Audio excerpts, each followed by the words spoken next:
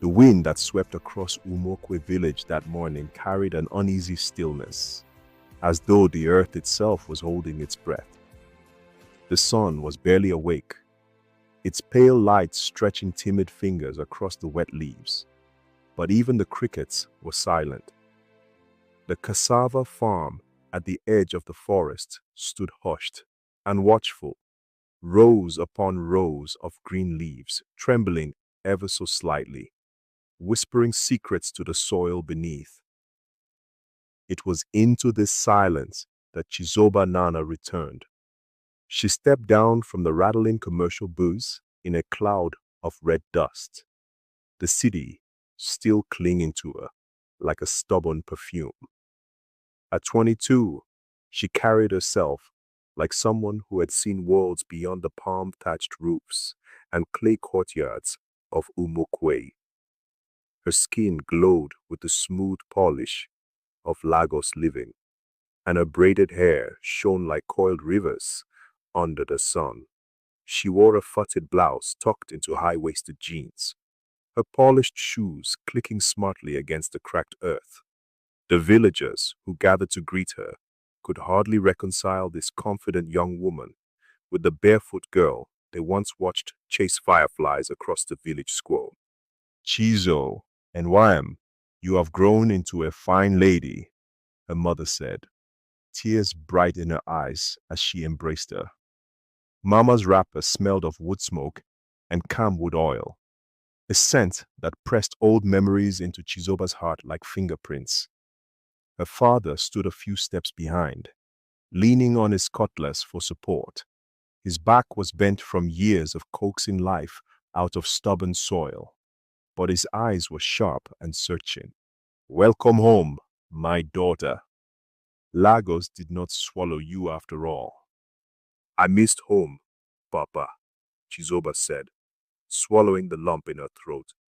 She did not miss the relentless Lagos traffic or the constant drone of generators, but she had missed this, the quiet, the warm air heavy with the hum of insects, the red dust that rose like ancestral breath when you walked. But standing at the edge of the crowd was another figure who did not smile. Obinna. He was taller than she remembered, his frame solid like an Iroko trunk, his dark skin glistening with sweat and old grief. At 26, he was already a legend among the hunters of Umuokwe. The men said he could track a wounded antelope through 7 forests, and the women whispered that he moved like a shadow even in broad daylight. His eyes were sharp, amber like dying embers, and they never left her. Once, they had been inseparable. They had grown up together, chasing lizards and laughter through the cassava patch behind her father's farm. He had carried her school books when she started primary school, his bare feet kicking up dust as he raced her along the narrow village paths. And when she cried over failed mathematics, he had wiped her tears with calloused thumbs and promised he would always protect her. He had kept that promise. While she studied in Lagos, Obinna had hunted and sold bushmeat to pay her school fees when her parents could not. He had sent her money in crumpled envelopes wrapped in brown paper, his letters scrawled with awkward but sincere words of encouragement. The whole village knew Obinna and Chizoba were as good as betrothed. She was to become his wife when she returned from the city, but the city had changed her. That night, after the feast, her parents prepared to welcome her home. Chizoba slipped out into the moonlit compound. The village was wrapped in darkness, the only light coming from the flickering lanterns hung by doorposts. Crickets sang like rattling bones. Somewhere in the distance, a drumbeat throbbed faintly, old and mournful. She found Obinna sitting alone beneath the udala tree by the cassava patch, sharpening his hunting knife. The blade flashed silver in the moonlight. You didn't greet me properly, he said without looking up. His voice was low, almost tender. I saw you, she replied softly, her heart thudding. He finally looked up at her. The sight of his eyes, the same eyes that had once watched over her like ancestral spirits, now made her stomach twist. You've changed, he said. So have you, she whispered. They sat in silence for a while, the wind stirring the cassava leaves like restless fingers. I can't marry you, Obinna, Chizoba said at last. The words came out like stones breaking from her mouth. I'm I'm not the same girl who left this village. I want a different life. Obinna stared at her as if she had struck him. His lips parted, then closed again. His knife slipped and nicked his thumb, but he did not flinch. A different life, he echoed. And what was I all these years? A bridge you only needed to cross. I didn't ask you to. You didn't stop me either, he caught in sharply. Every coin I sent, every animal I killed, to see you wear city shoes. I thought I was building a future. Our future. Obinna. But he rose so suddenly the knife clattered to the ground. His eyes glimmered with something raw, something wild. Go, Chizo. Go back to your Lagos life. But know this, when the earth takes back what it gave, it does not ask for permission. Then he turned and vanished into the dark cassava rose, swallowed by shadows and leaves that whispered like gossiping ghosts. That night, Chizoba dreamed. She was a child again, running barefoot through the cassava patch, her laughter ringing like bells. Obinna ran beside her, his hand warm in hers. Then, the sky turned black. The cassava leaves withered, curling like burning paper. A voice rose from the soil, deep and ancient, like the rumble of distant drums. Blood watered this land, it growled. Blood will water it again. She woke with a scream lodged in her throat and sweat dripping from her hairline. The rooster crowed. The next day, she followed her parents to the farm. The sun was harsh, beating down on their backs as they bent low to weed the stubborn grass from the cassava ridges. The air buzzed with flies, and the smell of damp earth filled her nose. But even as she worked, she could not shake the feeling of being watched. She kept glancing at the edge of the forest, where shadows pooled like spilled ink. Once, she thought she saw Obinna standing there, silent and still, his amber eyes glowing off faintly. But when she blinked, he was gone. Mama, she whispered as they worked. Have you ever heard voices from the soil? Her mother paused, her hoe frozen midair. She glanced at Chizoba with sharp eyes. What nonsense is that? Nothing, Chizoba said quickly, forcing a smile. But the soil pulsed faintly under her bare feet, as if a slow heart beat deep beneath it. By noon, her parents decided to rest in the shade of an iroko tree, leaving her alone in the field. The sun hung like molten brass overhead, the air thick and sluggish. Chizoba straightened up, wiping sweat from her face. That was when she heard it, the soft crunch of footsteps behind her. She turned. Obinna stood at the far edge of the farm, his machete glinting. His face was unreadable, carved from stone. Obinna, she said, forcing her voice to stay calm. Why are you here? He said nothing. He stepped closer, the cassava leaves brushing his legs, whispering like gossiping women. Please, she tried again, her throat tightening. Don't do this. Obinna's jaw twitched. Do what? Whatever you are thinking, she whispered. He smiled then, and it was the saddest smile she had ever seen. Do you remember, he said quietly, how we used to play hide and seek here? How you would run between these rows, laughing until you fell down from tiredness. You would call me your hero when I found you. Yes, she said, her voice trembling. His fingers tightened on the machete handle. You were my whole world, Chizo, and you shattered it like clay. I didn't mean to, she whispered. You did. And then he lunged. Chizoba screamed, bolting between the cassava rows, her feet tearing at the soil. The stalks slapped her face, her breath ragged.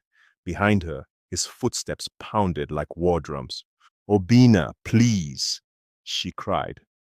But the forest did not care. The cassava leaves hissed like snakes, their shadows writhing. Her foot caught on a root, and she went sprawling. Before she could rise, Obinna was on her, his weight crushing her to the soil. The machete flashed. The earth seemed to open its mouth. A roar filled her ears, but it wasn't a scream. It was the land's. The soil split, and black roots coiled up like serpents, wrapping around her arms and legs. Obinna froze, his eyes wide. Blood will water this land, the voice rumbled from below. Then the roots lashed. Obinna was flung backward, crashing into the cassava stalks. He scrambled up, wild-eyed, as the roots writhed like living things. Chizoba gasped, feeling the soil clutch her, cold and hungry. A burning pain seared through her chest. She looked down and saw red light pulsing under her skin, spreading like veins of fire. Obinna stumbled toward her, screaming her name, the machete as sharp as a blade.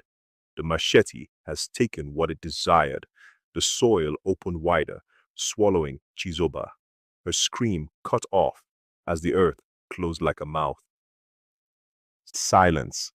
The cassava leaves stood still, as if nothing had happened. Only the disturbed soil where she had vanished remained, trembling fondly, as though it were breathing.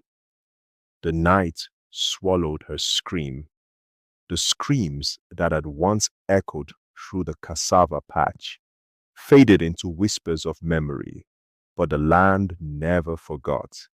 The villagers never found Chizoba's body. Only her blood-stained wrapper was discovered tangled among the cassava stalks, fluttering in the breeze like a tattered flag of sorrow. The ground around it was soaked dark, and the sweet, earthy smell of cassava was forever tainted by the metallic tang of death. Obinna had vanished into the forest after that night, barefoot, shirt torn, eyes wild. Some said they saw him running toward the old ironwood tree, where people claimed the spirits of wronged lovers wandered. Others swore he turned into smoke when the first rooster crowed. Only his hunting cap, crusted with dried blood, was later found dangling from the shrine gate at the village square. And then strange things began to happen. The cassava patch where they had once laughed as children and where she had died as a grown woman stopped growing. No matter who planted there, the shoots withered black within days. Dogs refused to walk near it, whining with their tails between their legs. At night, people walking home swore they saw a woman in a school uniform gliding silently between the stalks, her face pale as moonlight, her eyes hollow, and her voice a faint echo saying, "I just wanted to be free."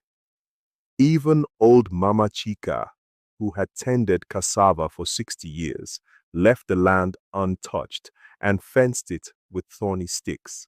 Children whispered that Chizoba's spirit still waited there, her head tilted, her feet dangling just above the ground, as if hanging from an invisible rope of betrayal. And Obinna, the forest seemed to swallow him. For weeks, search parties went looking with cutlasses and charms, but no one ever saw him again, until one harmattan evening, when a group of woodcutters claimed they saw a gaunt figure deep inside the forest, dragging a bloodied hoe and muttering to himself, "She was mine. She was mine." His eyes were empty, hollow, black as charred yam peels. When they blinked, he was gone. Only the smell of cold ashes remained. Chizoba's parents aged overnight. Her father's back bent like a broken bowl, and her mother stopped speaking completely, staring out the doorway at night as if waiting for her daughter to walk back from the cassava patch with her bright city shoes clutched in her hands, smiling as she once did. Years passed. The village moved on, but the tale of the girl who sought freedom and the hunter who took her life became a warning, passed down by firesides. Every storyteller began with the same words. Once, in our own village, love turned to poison in the heart of a man who could not let go. The villagers rebuilt, and the cassava patch became a sacred place no one dared till. At night, the moonlight would strike it in such a way that the ground glimmered pale silver, as if the earth itself remembered her. Young women walking past whispered silent prayers. Let my ambition not anger love. Let love not become my grave. And in Lagos, where the city roared with restless dreams, the young girls who returned to visit their families heard the tale and shivered. They too wanted freedom, wanted education, wanted the world, but they remembered Chizoba, who had wanted all those things and paid for them with her life. The moral of this story is that love is not possession, and promises are not prisons. No dream should cost your life, and no rejection should cost someone else theirs. A heart that cannot let go will become a knife. And when love turns to entitlement, it becomes death, waiting quietly in the cassava patch. And so, my friends, the wind still hums her name through the cassava leaves at night. What do you think of this tale? Tell us in the comments below. What lesson did you learn from this haunting story of love, betrayal, and blood? We'd love to hear your thoughts. And if this story held your heart from beginning to end, please don't forget to like, share, and subscribe to the channel so that many more stories from the heart of Africa can find their way to your fireside too. Till we meet again, may your dreams be free and your love never turn into chains.